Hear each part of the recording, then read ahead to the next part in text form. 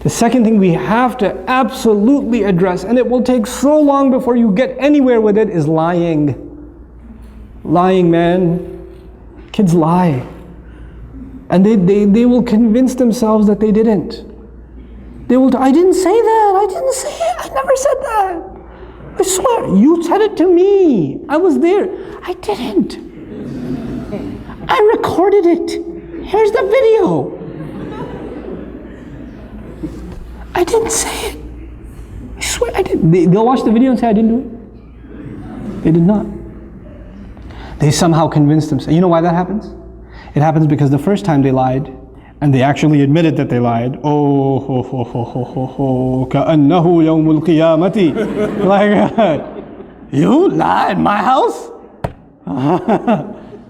So now, first you said, please tell me the truth. What did you actually say? And they finally said it, and then you came down with the axe.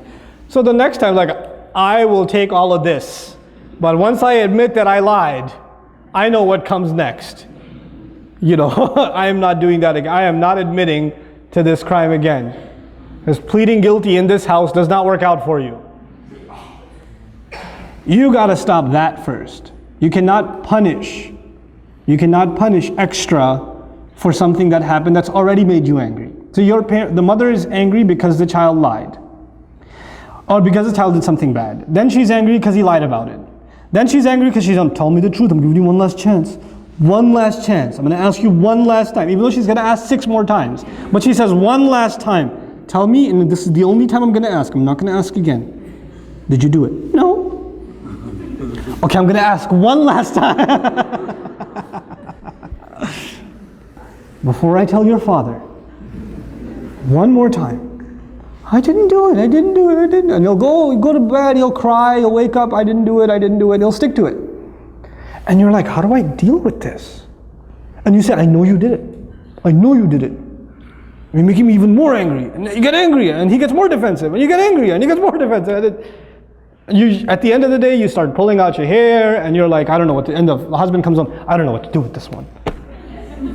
He lied. And you're like, you lied? No, it starts over again. How do we have to deal with this? We have to take those situations, and sometimes you just believe them, even though you know they're lying.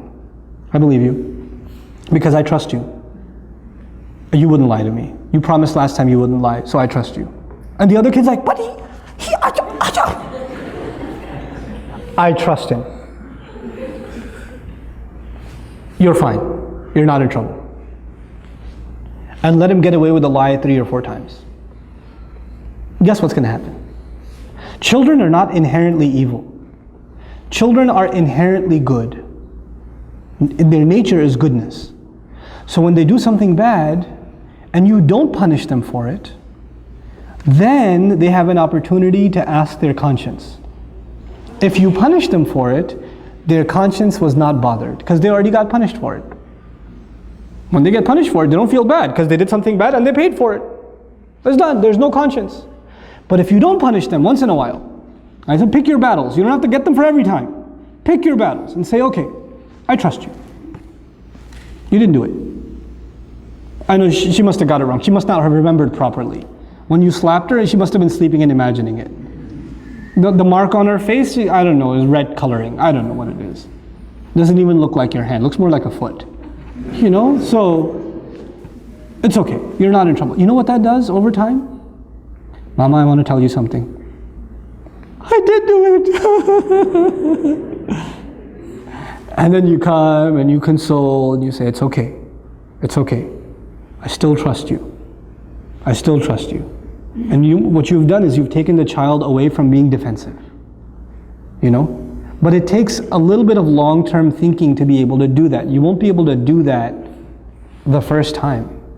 Like first, it's very hard to forgive those kinds of things, right? Especially if they hurt another child.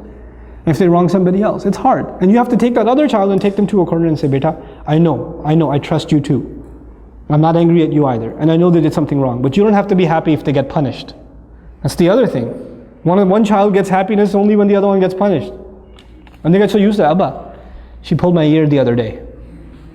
They just came back from Scotland, my family. And when the little one came to me and said, you know, Api, she pulled my ear one day. I was like, when? I don't know. One of the yesterdays. I was like, what do you want me to do? He goes, punish her. I was like, will that make you happy? Uh-huh.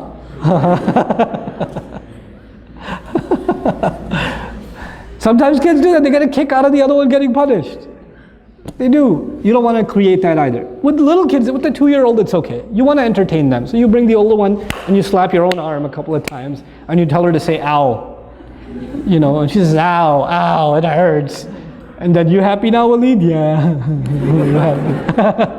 That's cool. But with older kids, when they get happy when the other one gets punished, that's a problem. That's a punishable offense. That itself is a punishable offense. Why are you happy? What do you get out of that? You know? That's something we have to address with our children. There are 2 things so far. Tantrums, lying. And lying, it's a long-term process. You don't get lying out of somebody's system right away. Especially because they don't even see it as lying anymore. They just see it as saving themselves. And kids, when they lie a lot, you know what happens? They actually start believing it themselves.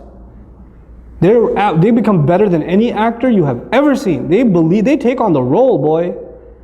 They will own it. And so you become extremely dumbfounded. Where do you even begin? Well, begin by not tackling it. Begin by disarming, taking the fear away. That's the second thing, right? So the third thing I wanted to highlight is when children are only happy, and I kind of alluded to this now, when children are only happy when the other one loses something, or when the other one got punished or something like that.